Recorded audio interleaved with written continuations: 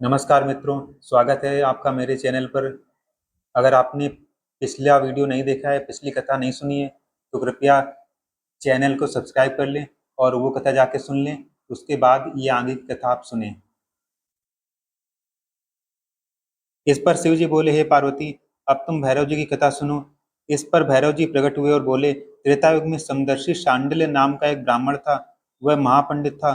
उसकी पुत्री का नाम विशालाक्षी था। वह अति सुंदरी थी। बाल्यकाल में ही उसके पिता ने उसका विवाह कर दिया। विवाह के बाद भी वह अपने पिता के घर में रहती थी। वह युवा हो गई। युवावस्था होने पर भी उसका पति न आया। अतः सांडिल्य ब्राह्मण की कन्या पापरता हो गई। इस कन्या ने काशी में बड़े पाप किए। सुंदरी होने के कारण दूर दूर के युवक उसके पास आने लगे। वह बड़ी पापनी हो गई। एक समय मार्ग शीर्ष मास में बड़े बड़े पापों को नष्ट करने वाली पंचक्रोशी यात्रा के मार्गियों को देखकर वह विचारने लगी कि इन लोगों को पापरत किया जाए।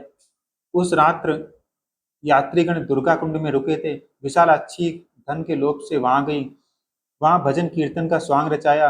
यात्री उसका भक्ति भाव देखकर प्रसन्न हुए और उसे वैष्णवी समझकर बड़ा दान पुण्य किए। इस लोभ के कारण वैश्या विशालाक्षी यात्रियों के साथ हो गई। कर्दमेश्वर, देहलीस, रामेश्वर में उसने निवास किया और वरुणा संगम में स्नान किया। यात्रियों द्वारा उसने काशी महात्म्य की कथा भी श्रवण की। इस सत्संग समागम से विशालाक्षी की आंखें खुल गईं। उसने अपने पर बड़ा पश्चाताप किया। यात्रियों का सारा धन उसने लौटा दिया और पाप से अलग होने का निर्णय कर लिया।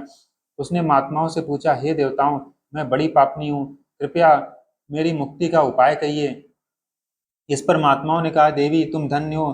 तुमको पापों से भय नहीं करना चाहिए। तुमने काशी क्षेत्र की प्रदक्षिणा की है। अब तुम हमारे साथ प्रदक्षिणा जारी रखो। विशालाक्षी ने उपयुक्त वचनों पर विश्वास किया। वह महात्माओं के साथ हो गई। पांचवें दिन सभी यात्री वृषभ खंड में रहे। वह भी उन्हीं के साथ रही। सभी ने वरुणा संगम में स्नान किया और आदि केशव का पूजन किया। विशालाक्षी मुक्ति मंडप में आई। उसने बड़े भक्ति भाव से शिव शंकर की पूजा की। इस प्रकार विशालाक्षी सभी पापों से मुक्त हो गई। उसके पिता सांडिल्य ने बड़े आदर के साथ उसे अपने घर में स्थान दिया। वह इस प्रकार पवित्र हो गई।